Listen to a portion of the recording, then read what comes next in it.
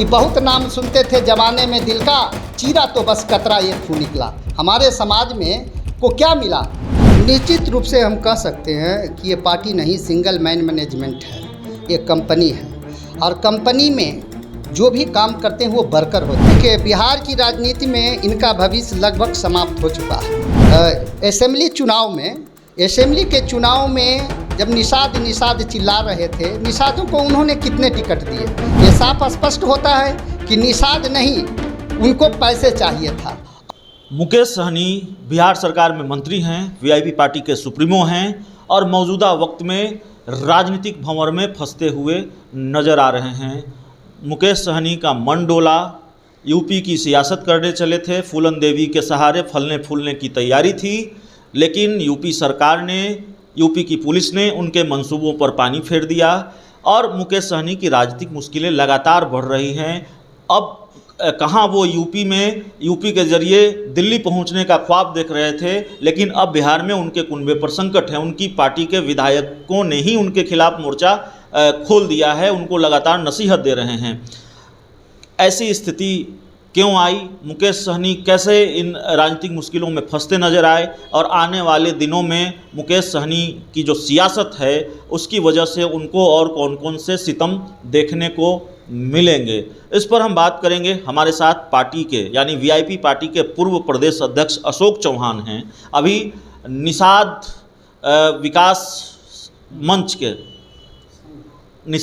विकास संघ के भी प्रदेश अध्यक्ष हैं मौजूदा वक्त में, और मुकेश सहनी के साथ रहे हैं, उनके करीबियों में से रहे हैं, और जैसा कि मैंने पहले बताया वीआईपी पार्टी के प्रदेश अध्यक्ष रहे हैं। तो इनसे भी समझने की कोशिश करेंगे कि आखिर इनको पार्टी क्यों छोड़नी पड़ी और क्या कार्यशैली है जिसकी वजह से इनकी नाराज़गी सामने आई, ये नाराज़ हुए और वीआईपी पार्टी को इन्होंने टाटा बाय बाय कर दिया।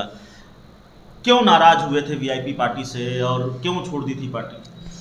देखिए, पहले तो मैं आपके माध्यम से तमाम लोगों को नमस्कार प्रणाम करता हूं। और जो सवाल आपने किया कि क्यों आपने वीआईपी पार्टी को छोड़ दिया, तो कोई भी व्यक्ति किसी भी संगठन या पार्टी को यूँ ही नहीं छोड़ देता है। स्वाभिमान सबसे बड़ा चीज़ होता है, स्वाभिमान से बढ़कर कोई चीज़ नहीं होता है। जब किसी पार्टी में और अपने घर में भी सम्मान नहीं मिलता है तो आदमी पार्टी छोड़ने के लिए, घर छोड़ने के लिए मजबूर हो जाता है। मुकेश सहनी जी बिल्कुल बिहार में प्रवेश किए थे 2014 में फ्रेशर के रूप में। हम लोग को लगा था एक सीधा साधा व्यक्ति जिसे पॉलिटिक्स से कोई लेना देना नहीं है, वो बिहार में आया है, बिहार में निषादों का कल्याण करेगा, सेवा करेगा। इसी उद्देश्य से पूरे बिहार में एक बड़ा संगठन तैयार हुआ। आप लोग के माध्यम से मैं ये बताना चाहता हूँ, आप स्वयं आप जान रहे हैं कि वीआईपी पार्टी के गठन से पहले हम लोग अपनी समाज का, निषादों की जमात का परिचय गांधी मैदान में देने का काम किया था। और उससे पहले भी जब आरक्षण की बात की होती थी, राज्यपाल से मिलने गए थे, ये गांधी मैदान में के पास लाठी डंडे चले थे, तो उसमें अशोक चौहान जैसे हजारों निषादों के नेता थे जो आज उनके साथ नहीं है। जो परिस्थिति हमारे साथ है वही परिस्थिति तमाम निषादों के बीच में है। उन्हें मंत्री के रूप में देखना नहीं चाहता था निषाद समाज, बल्कि निषाद समाज ये चाहता था कि निषादों का आरक्षण हो, निषादों के मान और सम्मान को आगे बढ़ाया जाए, राजनीतिक रूप से भागीदारी हो।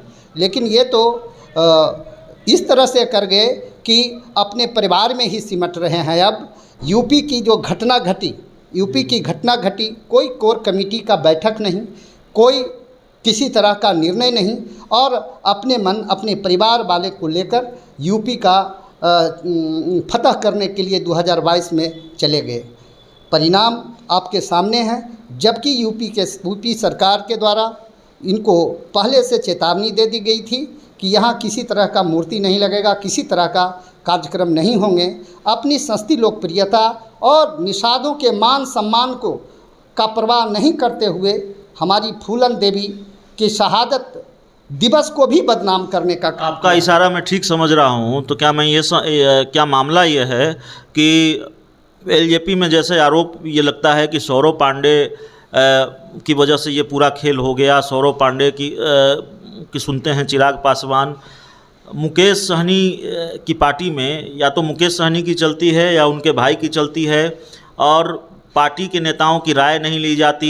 मुकेश सहनी भाई को लिए चल दिए यूपी के चुनाव में बिना कोई बैठक किए हुए, और ये रणनीति उनको भारी पड़ गई। ये इस तरह की सियासत उनको भारी पड़ गई। निश्चित रूप से हम कह सकते हैं कि ये पार्टी नहीं, सिंगल मैन मैनेजमेंट है, ये कंपनी है। और कंपनी में जो भी काम करते हैं वो वर्कर होते हैं। हम लोग वर्कर, पॉलिटिकल वर्कर हैं, किसी कंपनी का वर्कर नहीं। इसलिए हम लोगों ने छोड़ दिया, और आज जो भी उनके साथ बैठे हुए हैं वो वेतन भोगी हैं। वेतन भोगी से किसी भी समाज का, परिवार का, देश का, राज्य का कल्याण नहीं हो सकता। आप तो कह रहे हैं कि मंत्री नहीं देखना चाहते थे, हम आरक्षण देखना चाहते थे। मुकेश सहनी कहते हैं मंत्री पद छोड़कर कैसे पैर पर कुल्हाड़ी मार लें, एनडीए छोड़कर कैसे पैर पर कुल्हाड़ी मार लें। एनडीए गठबंधन में है, एनडीए की सरकार बिहार में है, केंद्र में है, और इनके बलबूते यानी इनकी संख्या बल के आधार पर बिहार की सरकार टिकी हुई है। तब इनकी क्या व्यवस्था है मंत्री पद बनना? इनको तो चाहिए था कि समाजों के लिए आरक्षण की बात करें, आरक्षण नहीं तो समर्थन नहीं।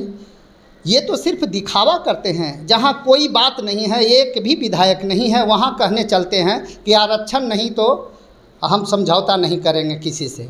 अरे बिहार में तो आप समझौता किए हुए हैं, किस परिपक्ष में आप समझौता किए हैं?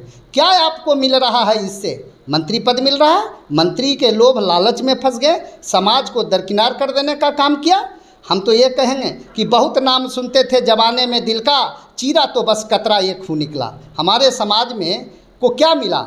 आप देख सकते हैं आज भी मछली मारने का काम करता है जिस मंत्रालय में है। बहुतों को जिंदा किया जा सकता है आर्थिक रूप से, लेकिन आज भी डायलिसिस पर यह समाज है। इनको ऑक्सीजन देने वाला विभाग मिला था, लेकिन बताइए तालाब वालाव जो है वो जीविका के सहारे है। कभी बात किए कि जीविका नहीं कर करके ये जो मछुआ कमेटी बनता है, मंत्री होते हैं, सदस्य होते हैं, उनके लिए विचार करें तो नहीं।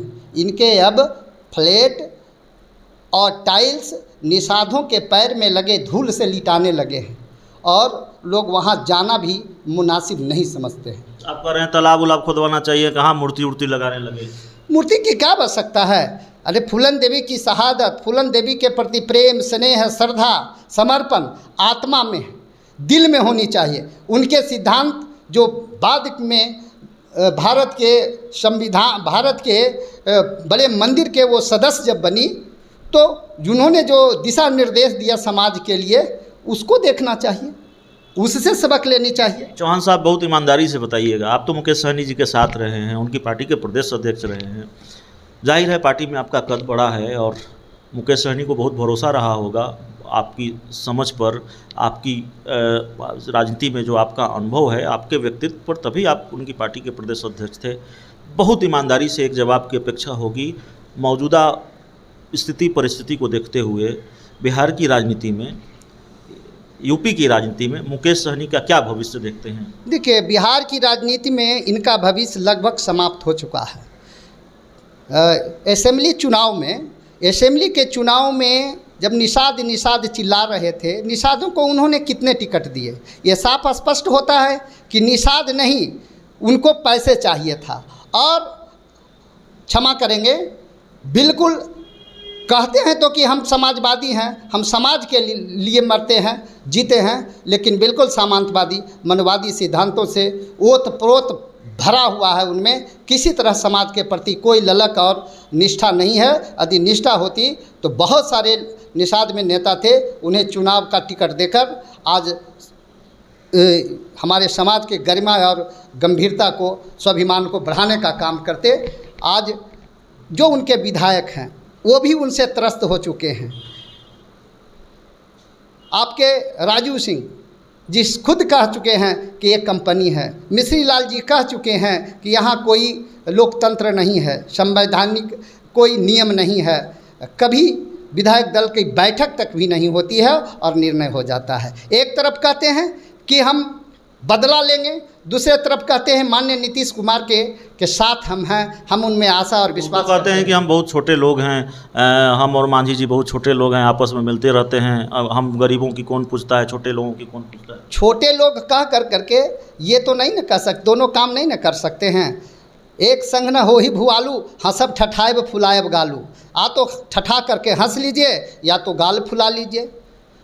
उस दिन याद कीजिए, पूरे बिहार में बस यात्रा लेकर चले थे, हजारों हमारी महिलाएं, हजारों हमारे नौजवान। हम नवादा जिला का उदाहरण देते हैं, जो 12 से 14 हज़ार मोटरसाइकिल के द्वारा और सैकड़ों 4 चक्के गाड़ियों से उनका स्वागत किया था। और मैं ही नवादा जिला का प्रभारी था और उनको कहना पड़ा था कि हम ये नहीं समझते थे कि चौहान जो इतने कट्टर होते हैं हमारे साथ इतने समर्पण के साथ जुटेंगे और हमको मदद करने का काम करेंगे। उनका थोड़े ही देन है। तो चलिए, हमारे साथ बात कर रहे थे वीआईपी पार्टी के पूर्व प्रदेश अध्यक्ष अशोक चौहान जी, मौजूदा वक्त में निषाद विकास मंच के प्रदेश अध्यक्ष हैं। और लंबी चर्चा हमारी हुई, हम समझने की कोशिश कर रहे थे कि दरअसल मौजूदा वक्त में जो स्थिति और परिस्थिति है उसमें कहाँ पाते हैं मुकेश सहनी को, आने वाले दिनों में उनकी जो सियासत है वो उनको कहाँ ले जाएगी और क्या कारण रहे कि एक एक कर लोग उनको छोड़ते गए, आज उनकी पार्टी के विधायक उनको नाराज़ हैं। तो इस पूरी सियासत को हम समझने की कोशिश कर रहे थे। कैमरामैन विकास के साथ अभिषेक मिश्रा, पटना।